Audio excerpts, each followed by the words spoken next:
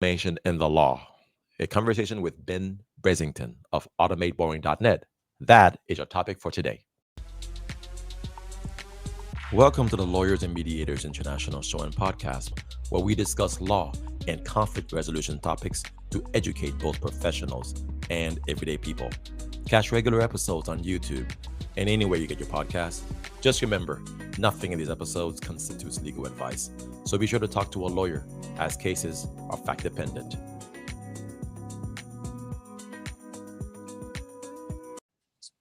Hey everyone, this is attorney Mac Pierre-Louis, lawyer, mediator, arbitrator working throughout Florida and Texas in the US. I say in the US because today on the LMI podcast, we're dealing with somebody across the pond, and that is Ben Bressington of automateboring.net. Ben, how are you doing today? I'm super excited. Well, I am originally from across the pond, but I now reside in Fayetteville, Arkansas. So I bring Oh, a different perspective to this whole legal ethics dilemma, specifically around AI automation. yes, sir. I appreciate you coming on. And so, yeah, so you're literally down the street from me now, but just tell us a little bit about yourself real quick. I will note first, before you get into the personal stuff, I'll note that you are the CEO of Automate Boring. It's a custom AI automation RPA and AI development company. And your company helps companies streamline their processes and boost productivity. And you have a background in law and criminology, and you have years of experience integrating gamification into sales strategies, and you now focus on using automation to solve business challenges. And I wanted you on to talk about automation in the new world we live in AI, and lawyers and mediators. How do we deal with making our businesses more streamlined, more effective, more efficient, using tools that you're knowledgeable about? But please tell us something people might not know about you, Ben. Yeah, so what most people don't realize, I actually have a law degree from Australia, law and criminology degree. I was meant to take over a family law firm in central Queensland, of all places, just at the bottom of the Great Barrier Reef. So I got to the joys of studying Commonwealth law. I know it's slightly different, but a lot of the applications still apply. And I was always more interested in the world of business and e-commerce, and I've had the benefit of doing a whole lot of stuff. Like I've worked with people who train body language with CIA agents and things like that. So one of the things I was fortunate enough to do is we built an AI tool to actually analyze body language. And when you hear things about AI automation, a lot of people misunderstand how they could even be applying things for themselves, because they're like, oh, ChatGPT, it doesn't work for me. We can't use this. Or maybe you just don't even know how to use it. Well, the advantage of the conversation we're going to have today is I want to give you a few ideas on things you Yes. can do to deploy it. And something many people may or may not know about me is I literally get to run an automation company that is now virtual all around the world. And I literally travel around the US in an RV full time, literally doing workshops and educating people and just like enjoying life. And I've designed my company around these automation principles. And I got challenged last year by somebody to go, hey, if you can automate things so easily, why can't you take a brand new business and launch it to like $500,000 in sale? I'm like, Mm. that sounds like an interesting challenge. So I'm literally doing that right now as part of a showcase of how you can take a brand new business from zero to growth, to scaling and moving forward. And it's a fascinating challenge because I'm actually documenting everything I'm doing and giving away all this information. So it's a Cool. great way for people to go, oh, I didn't even realize this was possible. Does that make sense? Yeah. Yes, absolutely. Well, thank you so much for that. Why do you have this passion for automation? It seems like, and don't take it the wrong way, you're kind of a nerd of sorts in this and these things. Like, why? Well, I've always been passionate about human behavior, right? So Yeah. I love, and that's why I wanted to do criminal profiling. You see all the TV shows, and back in Australia, like I wanted to work with the Australian Federal Police, which is like the version of the FBI in Australia, FBI. but they Yeah. actually do stuff. Was what I usually tell people. So I was always fascinated with human behavior, and there's so much of if you understand human behavior that you can automate well. And I see a lot of technology systems, a lot of systems that get put in place in a business Mm. actually become more of a bottleneck to growth and performance rather than helping you move forward. There's a lot of systems, and we all know, even when you operate a law firm, like a lot of the systems have bloat. They're slow systems. They're not efficient. Yet there's Yep. new tools, new systems. Like I can remember when my father was running his law firm, he would have three people doing the transcription of his dictation. The man Mm. would one finger type, and then maybe a few listeners like, Ben, that's exactly how I type, right? Yeah. But the Yeah. thing is, he had three people full time doing his transcription, and that's how he'd write letters. That's how he would send an email. Like they would print out an email Yep. and give it to him, and he'd dictate that reply. He built systems around him to be able to scale and grow his business. And I think that this is what a lot of people miss. They think a system has to be fancy or over the top. It's got to be built around how you operate and work. Does that make Yep. sense? Yep. Has to be very customized. Okay, Yeah. and that's what you help people to do, right? Yes. Okay. 100%. Okay, so how do you see AI transforming the way law firms handle the mundane and repetitive tasks in ways that don't violate attorney-client, confidentiality? Because this is a big deal in the legal sector. Like we're all about security and making sure that we don't violate people's rights by just putting things in the cloud. Or how do you make sure that you balance security and efficiency? Yeah, so there's a whole bunch of advancements that have happened on the security side, with companies getting more advanced, more secure, more encrypted, which they weren't even a year ago. Right. So things have now becoming more closed environment. You can now start to run a lot of AI solutions on your own system Yep. or in what they call a siloed cloud. So you have your own account not connected to anything. The way I see it impacting is it's going to be changing the way you operate or do tasks within your day-to-day business, because there's tools that can help you be more efficient. For example, even just doing legal research, keyword analysis, literally analyzing every case that is happening in real time across the nation. You Hmm. can do that. There's tools for this now, right? Which can alert you to conflicts within client files, conflicts of a case that just happened that you're arguing or a mediation you're in, right? These tools are there. You can start to use ChatGPT even to analyze, or as a as a conversation mediation coach, if it uses your transcript, it can actually give you feedback on how you could have been more effective. There's software that you can use that can analyze, if you're recording your sessions and video, can analyze body language for you so you don't have to. And if you don't want to do the video analysis part, it can analyze the transcripts, and it uses linguistic analysis to go, hey, this person was really upset at this point. You continued asking the question in this way. If you change two words, you could have Hmm. changed the outcome of that conversation. And a lot of legal professionals, mediators, don't necessarily have access to this real time coaching that they could have access to with these new AI tools. So Yeah. there's levels of just being better as a practitioner. There's levels of just being more automated. So you no longer need a data assistant to do data entry, but you can automate a workflow on using your system. Mhm. But one of the things I always find fascinating is that people will be worried about the conflicts of confidentiality and things like that, but then they'll outsource to virtual assistants in India and the Philippines, and they're literally giving them client files, transmissions, and I've seen how those people store your data. Yeah. So the security breach isn't necessarily from your side, it's from a vendor or a third party you're using, which is causing the complication for you. And I'm not against using virtual assistants. 100% for it. But you have to take accountability and responsibility for the security of their systems as part of an agent for you. Does that make sense?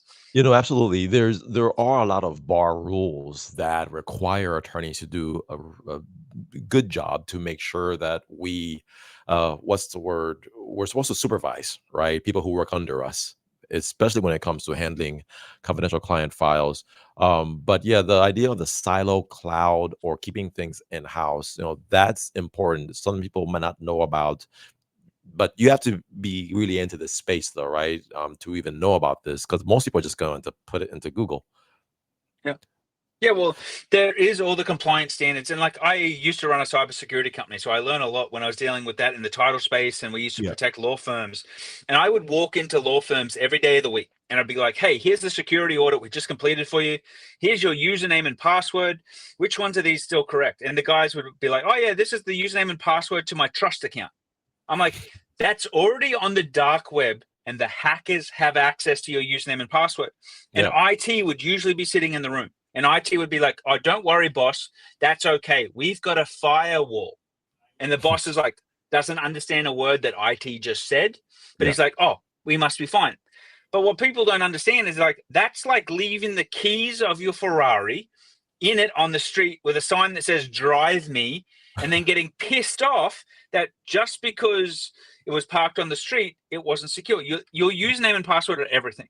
And one of the challenges is that a lot of people aren't aware of is that just as much as you can be efficient with automation, AI tools, ChatGPT, all this type of stuff, so can hackers and people trying to exploit firms.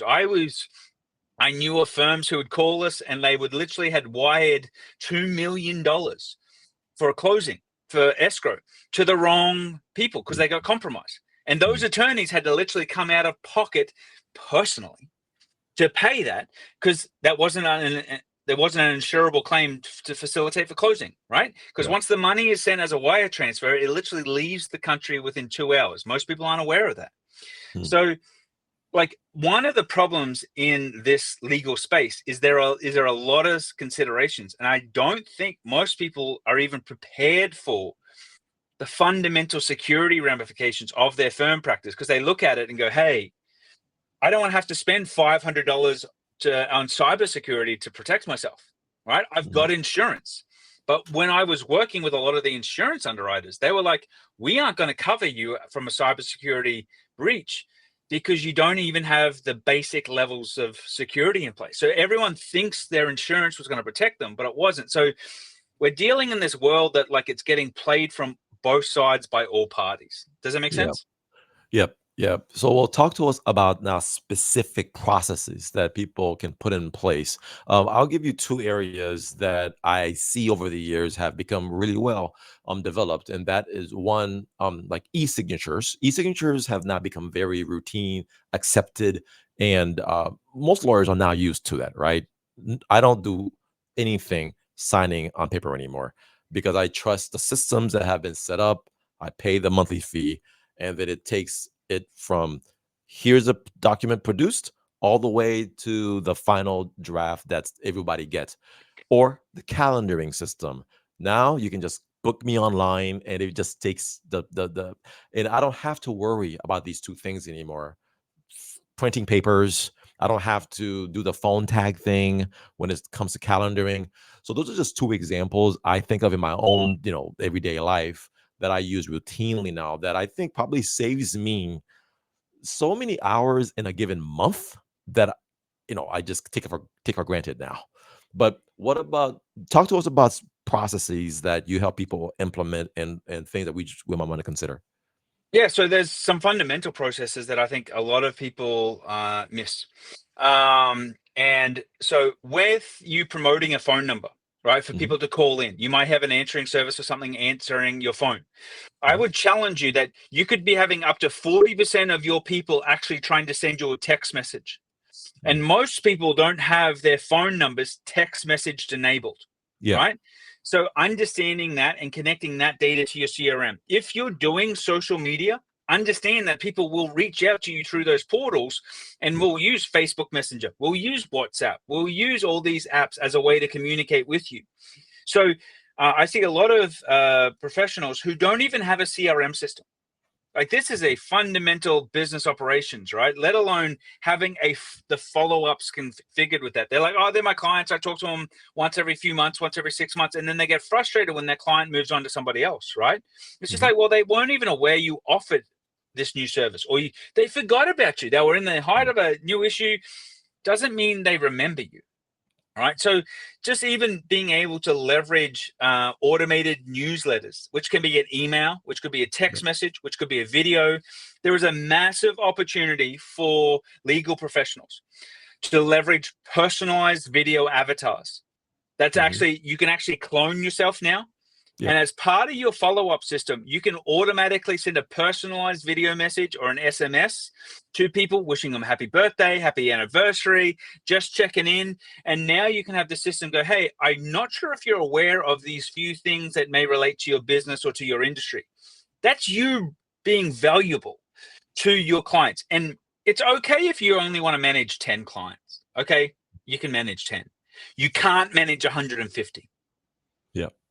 Does that make sense? So Yeah. you need to be starting to think about follow-up is critical, because every one of your clients is dealing with 2,000 messages per day at a minimum. 2,000, right? I talk to a lot of people about their marketing automations.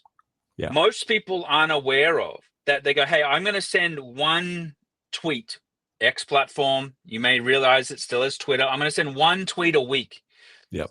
Just to be visible in the algorithm, you need to send at minimum 70 tweets per week.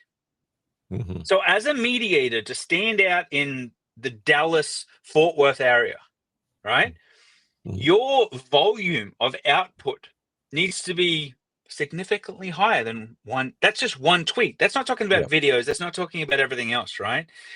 There's a lot of automation tools that can help people generate business. I know there's a lot of attorneys who really struggle with the marketing side.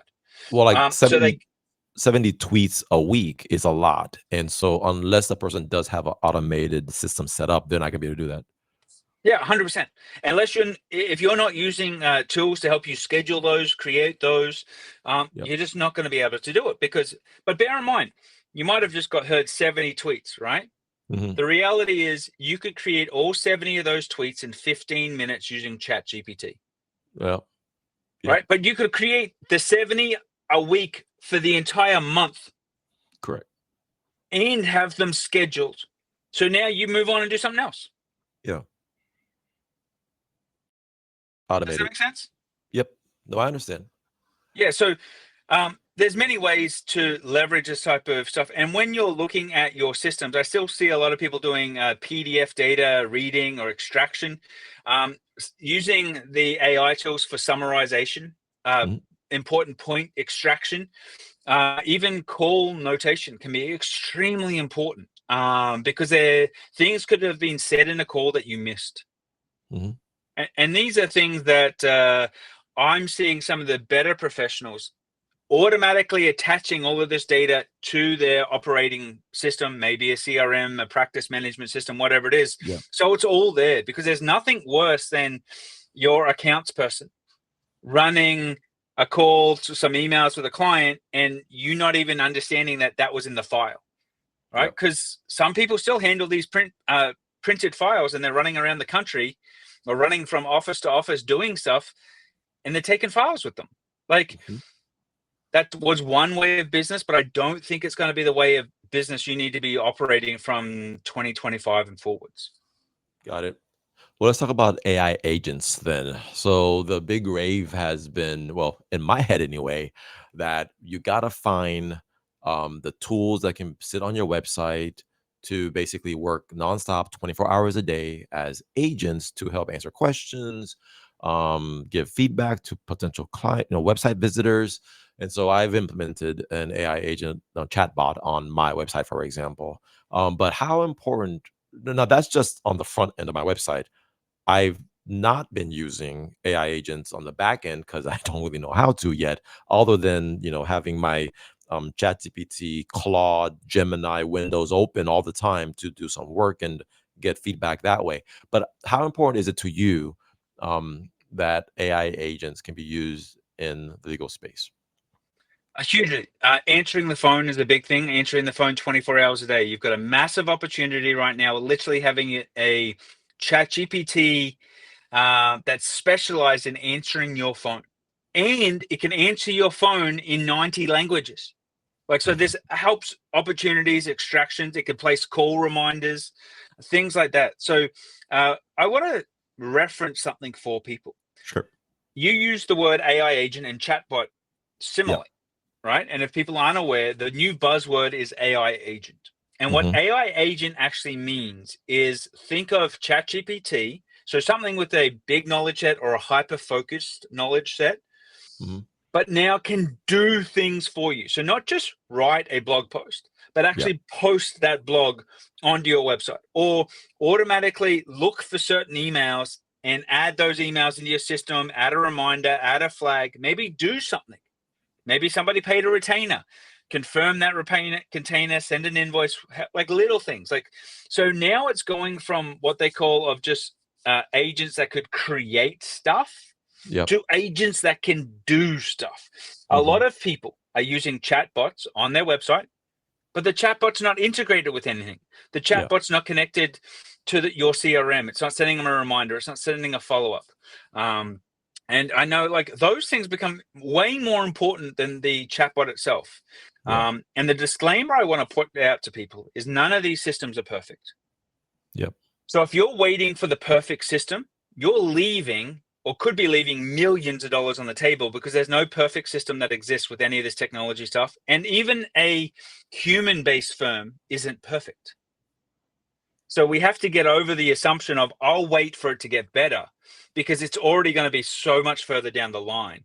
And you haven't had the opportunity to personalize these AI agents on what's relevant and important to your world. That does take time. It is frustrating, and it requires you to understand how to train somebody, because a lot of people don't have expertise in training team members. They may be solo practitioners, or they may be a small firm with maybe a VA or two, right? Like, having to actually train a VA to do stuff for you is frustrating at times. You Mhm. have to train the computer to do the exact same thing. And we're still in that world. And that, Yeah. I I think, is mean, stopping a lot more people than it should be. absolutely. Well, a lot of it's so new to many people, and I imagine it's similar to the way people felt in the late '90s, early 2000s when the internet started growing, and people of one generation behind had to adapt very quickly. They made it, right? But now with this, I think some people may just be like, "Well, you know what? I'm not gonna bother." Um, Talk And to to us. your point, I've actually spoken to many people who said, look, I'm going to be retiring in 5 years. How do I just hold on Yeah, so, like, I can just get out the door? And I'm like, yeah. well, the scary thing is if you needed the 5 years to actually help fund your facilitation of the rest of your retirement, Mhm. you may not be able to just hold on. You've got to play the game. Yeah, And it's a sad conversation, but we've got to get real with ourselves, I think, yeah. because there is a little bit of an uptick knowledge curve. And this is where you need to find the right partners Mhm. to bring the who onto your team, not necessarily the how. Because if you bring the right people, and that's why we partner with our clients and being their AI automation specialists and saying, look, you don't need any of these tools. You just need this one thing for what you're doing right now to help you achieve your goal for this quarter, the next 6 months, this year, Yeah, right? It's not about selling you a product, this product, that product, and every product that goes with it. Does that make sense? yep. So, as you know, being somebody with a legal background, law firms can sometimes be very slow to adopt new technologies. I think that's because we are very regulated by the state, right? By the bar and the licensing, agencies. So, what are some strategies you might recommend to overcome our profession's resistance to, AI adoption and within legal teams? So you've got to be willing to experiment. So you have to think about, what is my R&D, my research and development budget, or who's leading that on my team? If you have, a lot of people may have a outsourced IT provider. One of the problems we're finding is that a lot of these people aren't necessarily versed or trained in these new AI solutions. They don't even know what exists sometimes, because they were trained in technology that was 5 years or 10 years old. And that's what the service they're trying to provide people. So it's really about defining who's going to be on your team, how are you helping, what are you researching and developing yourself? Because if you could find something that helps you save 1 hour a week, Yep. if that was your goal, what would that be worth to you? Like, and it's only going to come from playing with different tools, finding different tools, and finding what's right for you. Because there's no really one size fits all with all of this type of stuff. Yeah. And there's new players in the market like every week, Exactly. and It's a lot that's to keep also up with. scary, but daunting at the same time, if that makes sense. Yeah, no, it's a lot to keep up with, and, I appreciate people like doing this for a living so that you can kinda come and give us the, skinny on it all.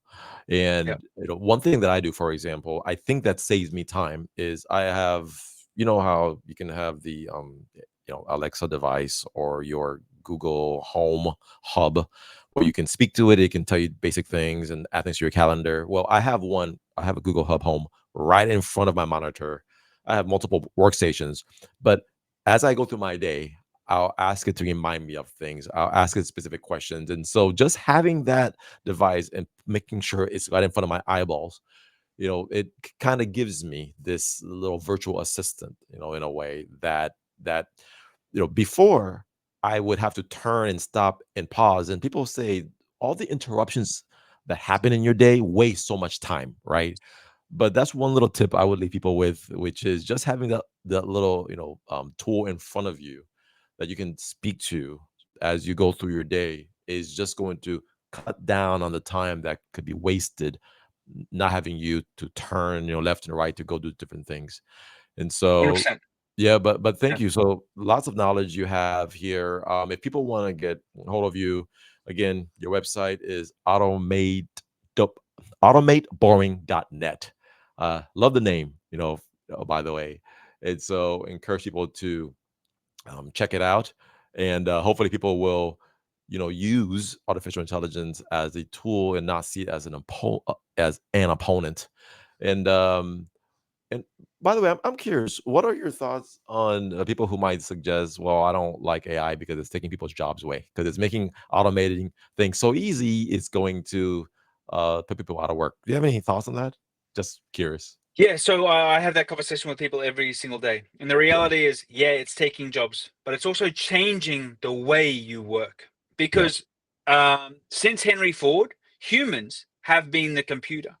It's only now to the point that you can leverage the computer to do stuff for you Hmm. that you don't need to do the basic stuff you were doing. So, one of the biggest problems is your job, your role hasn't adapted to leverage this technology because there's things that you don't even need to be doing now that you were trained to do, right? And that's the frustration. Like, no one cares that the self checkout is now more efficient and you check out and you're out of the grocery store 5 minutes faster or 15 minutes faster than you were. Yeah. People only care about automation when it comes after what they're doing. Yeah. Good point. Good point.